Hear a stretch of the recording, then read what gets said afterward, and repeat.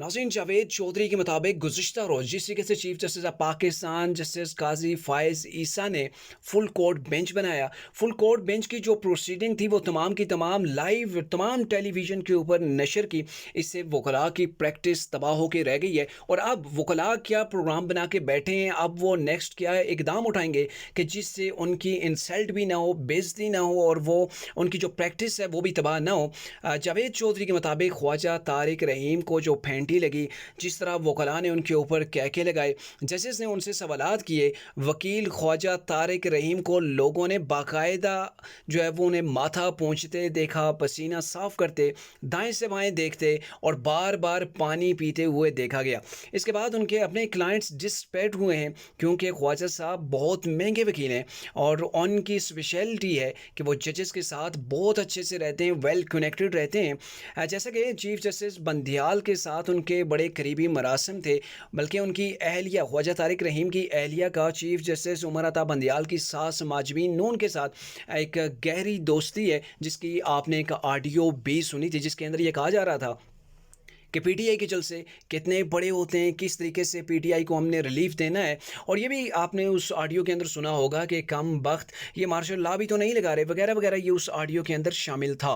ख्वाजा तारिक रहीम का तल्लक है जो उनके मुताबिक वो कहते हैं कि उनका तल्लक जस्टिस उमर अता बंदियाल के साथ बचपन से ही रहा है और ख्वाजा तारिक रहीम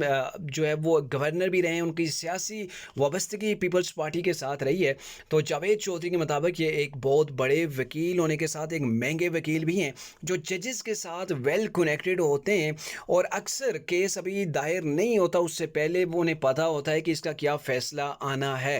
ख्वाजा तारिक रहीम की एक ऑडियो साफ़ी क़य्यूम सिद्दीकी के साथ भी लीक हुई थी जिसमें उन्होंने कहा था कि कल अदालत के अंदर क्या फ़ैसला होगा और दूसरे रोज़ उस अदालत के अंदर जो फ़ैसला हुआ बिल्कुल वही था जावेद चौधरी के मुताबिक जो एक रोज़ पहले ऑडियो के अंदर ख्वाजा तारिक रहीम ने दावा किया था। जावेद चौधरी के मुताबिक लोग इनको वकील करके समझते हैं कि हमारा केस बाकायदा तौर पर उसका जो फैसला है वो हमारे हक के अंदर हो जाएगा। लेकिन गुज़िश्ता रोज़ ख्वाजा साहब जब अदालत के सामने पेश हुए, जजेस ने इनसे बारी बारी सवालात किए तो ख्वाजा साहब कभी दाएं कभी बाएं कभी पानी पीते और उनकी प्रैक्टिस जो है गुज़िश्ता रोज़ ठीक ठाक तबाह हुई है, उसका नुकसान हुआ है। जावेद चौधरी के मुताबिक ख्वाजा तारिक के क्लाइंट्स ने ये पूछना शुरू कर दिया है कि शायद ख्वाजा तारिक रहीम का जो गोल्डन टाइम था वो अब ख़त्म हो गया है और अब हमें नया वकील कर लेना चाहिए। ऐसे ही एक दूसरे वकील हैं जिनको ठीक ठाक नुकसान हुआ है माली लिहाज से भी और जो उनकी रेपुटेशन थी वो भी डाउन हुई है, वो हैं जी इम्तियाज़ सिद्दीकी। एक बड़े वकील हैं जो बतौर फ़ीस करोड़ों रुपए लोगों से लेते हैं, लेकिन गुज़िश्ता रोज़ जजेस ने जब उनसे सवालात किए, जावेद चौधरी के मुताबिक 15 जजेस ने इम्तियाज़ सिद्दीकी से जब सवालात की बौछार की तो उनके गोडे और टखने आपस में टकराना शुरू हो गए थे और इससे भी उनकी प्रैक्टिस ठीक ठाक तबाह हुई है। अब वकला ये सोचने जो है वो वकला ने शुरू कर दिया है कि अब हम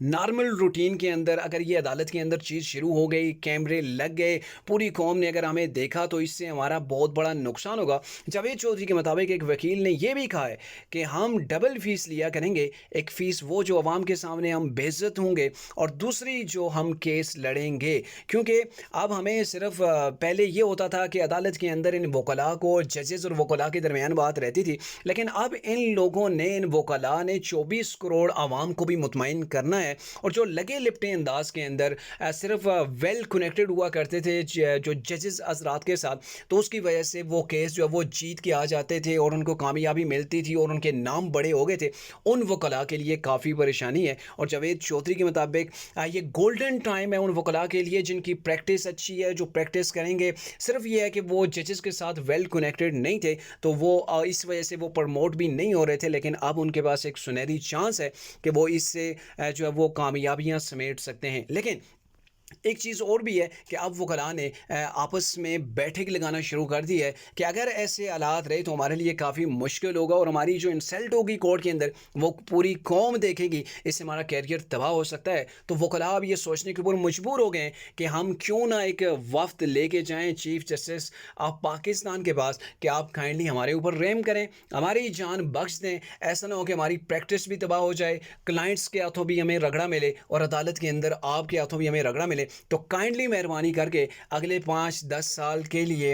इस चीज़ के ऊपर रहम फरमाया जाए कि हमारी जो है वो अदालतों के अंदर लाइव नशरियात कम से कम ना हो। तो अब वकला ये करने के ऊपर मजबूर हो गए हैं, क्योंकि सिर्फ एक दिन के अंदर इन वकला का जो है वो पोल खुल के सामने आ गया है और इनको तशवीश है कि इनको माली नुकसान के साथ इनकी जो क्रेडिबिलिटी है उसके ऊपर भी सवालात उठना शुरू हो गए हैं।